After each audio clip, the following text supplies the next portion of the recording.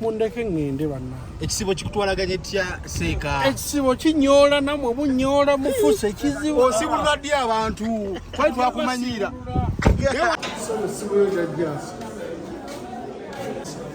Nyado de wajasa. Go afe. Seeka assalamu alaikum. Sina binja banyonyola mwankaniza. Okunsonga ezibadde mu ndoodo. Ensonga nzimaliriza. Ate mbadde mwagala ki? Mbadde mwagala nyingire bbaasi. Bitambudde biswadde. Nzimaliriza. Ate tulina ekiwandiiko ekitwalabye ku mutimbagano. Ekyo mwakirabye nakyo kiseera kyakyo bwe kinatuuka. Kijja kutuuka. Ati bagamba nti watunda ettaka ly'omukazi ennyo. Ery'omukazi yalijjawa. Waliyo ng'aligula. Omukazi wo. Nakyejo. Kati nkwagala okunvuga. Ekisoboka. Omukubiri. Yebabange jangu steering. Totugulidde ku nsonga za nakyejo. Nakyejo bayampawa wabidde mbirinde mu kkooti. Kati gwe sayidi eri kibayinza oba kuwaayiriza. Bayinza oba kuwaayiriza ku nsonga ezo. Amuzaalamu abaana ne mbasomesa ne mbakuza ne mbaweerera. Abaana ne bafuna amaka gaabwe nabo kati ayagala ki? Enju nagimulekera. Kati ayagala ki? Agamba nti emaali. Maali ki? Wagitunda. Kapoloti kalike natunda emmanju. Kaliko kalokompokanako. Kati jamujjako enju akitegeera. Pale mundeke. Oyo ayonoona biseera byange bya bwereere. Mundeke ebiseera nina bitono nnyo. Kati mukoti bakuyisa ogenda gendayo? Nja gendayo kunyonoonera biseera na mirimu. Bubaka ki bw'oyinza omuwa ye nga ye n'abaana be? Sina bubaka bwe nja muwa naye ng'ate nze sola kuwoza nabo. Sola kuwoza n'abaana bange. Sobola. Ekaninde ndabe kinaddiira. Abantu badde bagamba mu ensonga tozimanyiiko. Zo zimanyiiko ezo ensonga? Nzimanyiiko. Alese eggaali. Oyo omugagga Lwasa. Representing the state in this matter.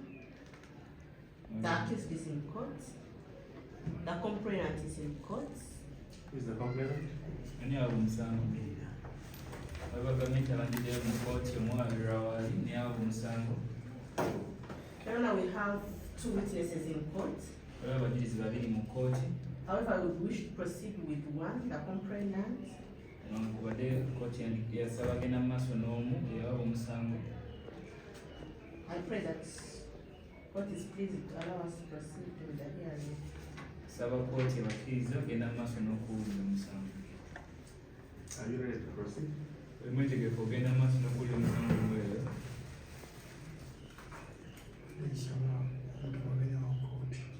I pray for immediate of court.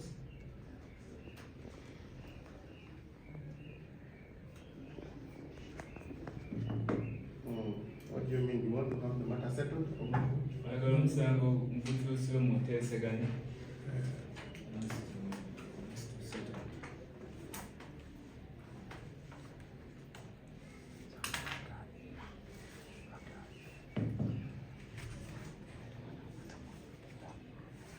Do you have any objection? Now we have no objection since reconciliation is an old process of court. And courts are enjoined to promote reconciliation. So I pray for a standover if court can get us a reconciliator around court.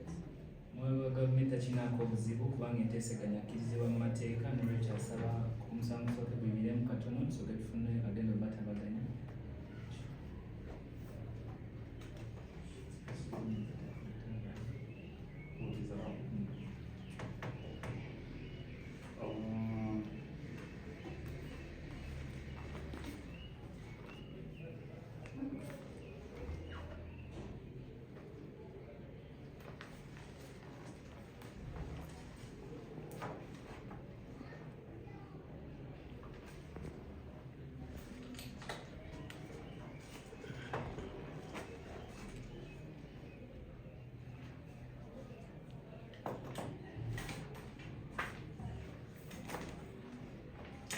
matter is referred to Dr. Abraham for mediation, and the case is stood over till 2 p.m.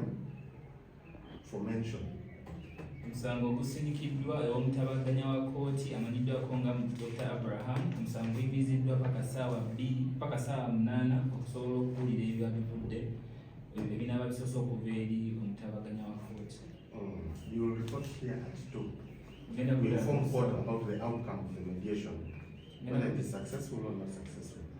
Ngenda kudda ku ssaawa 8 okugamba kkooti evudde mu nteeseganyo oba binaaba nga biyiseemu nga we mwagadde oba nga tebiyiseemu bulungi. Or if you require more time, I will get information from the mediator. Obanga mwetaaga obudde obusingako awo obulala, omulamuzi ajja kuwuliza okuva eri omutabaganya wa kkooti gwebagadde.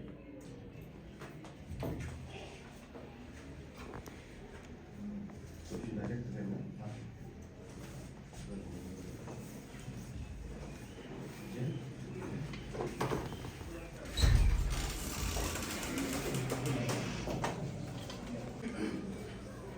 The accused is in court. Comprehensive court here. Omusango ali mu kkooti, n'omuwabirwa ali mu kkooti. Parties are before court to report on reconciliation. Abali mu musango guno bazze mu kkooti okwogera ebivudde mu nteeseganya.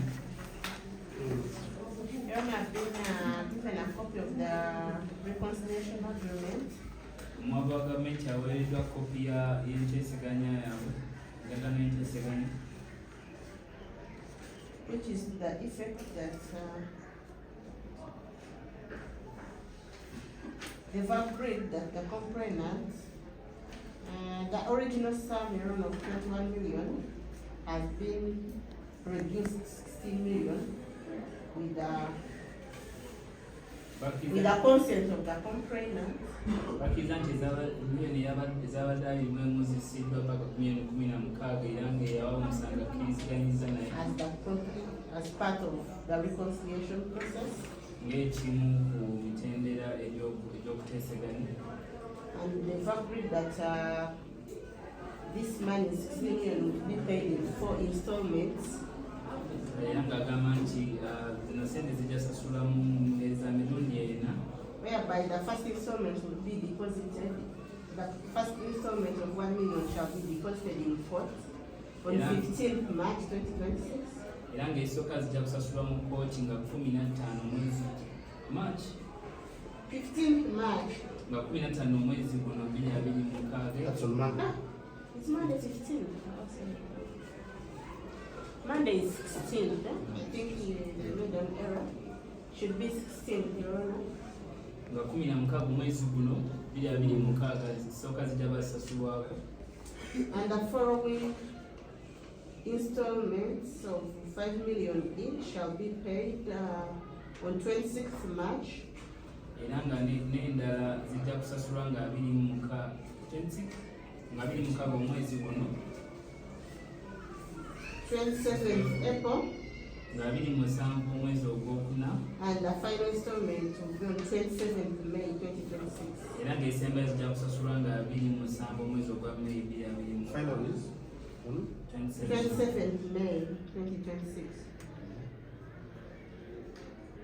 Your Honor, both the complainant and the accused have appended their signature on the reconciliation agreement. Omuwabirwa n'eyawa omusango bataddeko basayinize ku ndagaano. And the reconciliator. Era n'omutabaganya naye n'asayiningako. Dr. Abraham Stephen. Dr. Abraham Stephen. Your Honor, I pray that this court is pleased to adopt this agreement as part of the court process.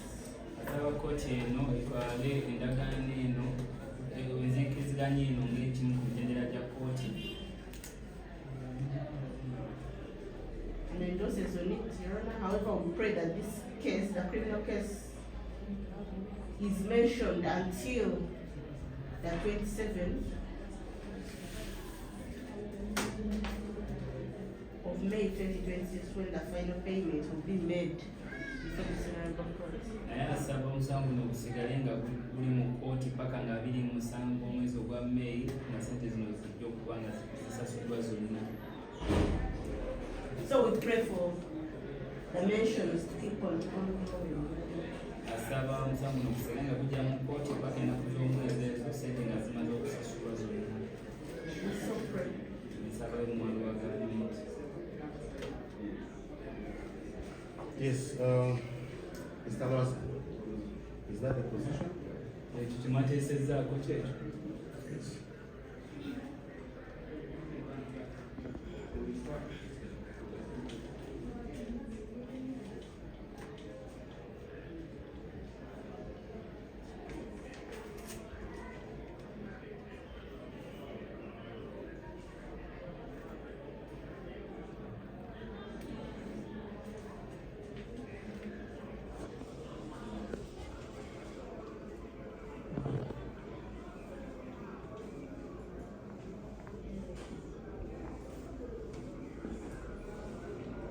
The parties are undergoing reconciliation. Okusinziira nti bali mu musango guno bali mu nteeseganya.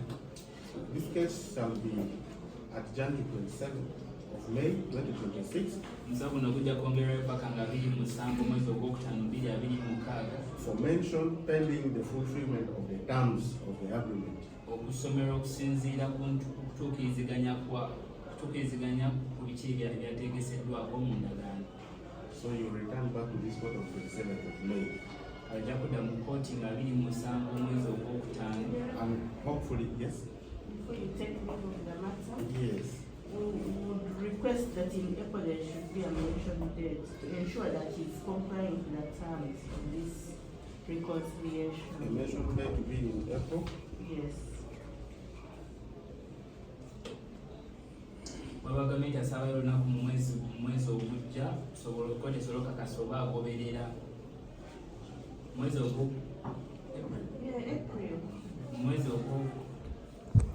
ogwokuna okulaba oba agoberera ebiteeseddwako mu ndagaano.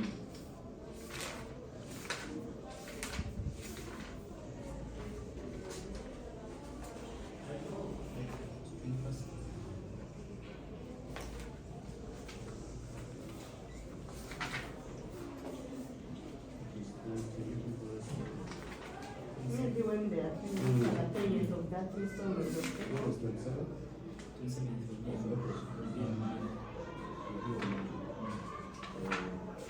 The Thursday of that week. Okay. So you will return back on 30th of April Ojja kudda ng'ennaku z'omwezi 3 omwezi ogwokuna for purposes of reporting as to whether you are complying with the terms that you've agreed on. kooti esobola okukakasa oba ogoberera obukwakkulizo bw'endagaano.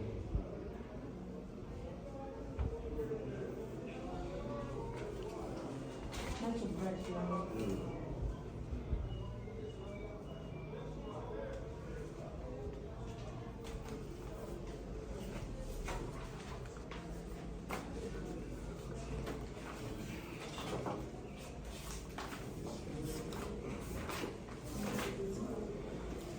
Kono nga 3 okakasa nti agoberera obukwakkulizo obuteekeddwawo mu ndagaano.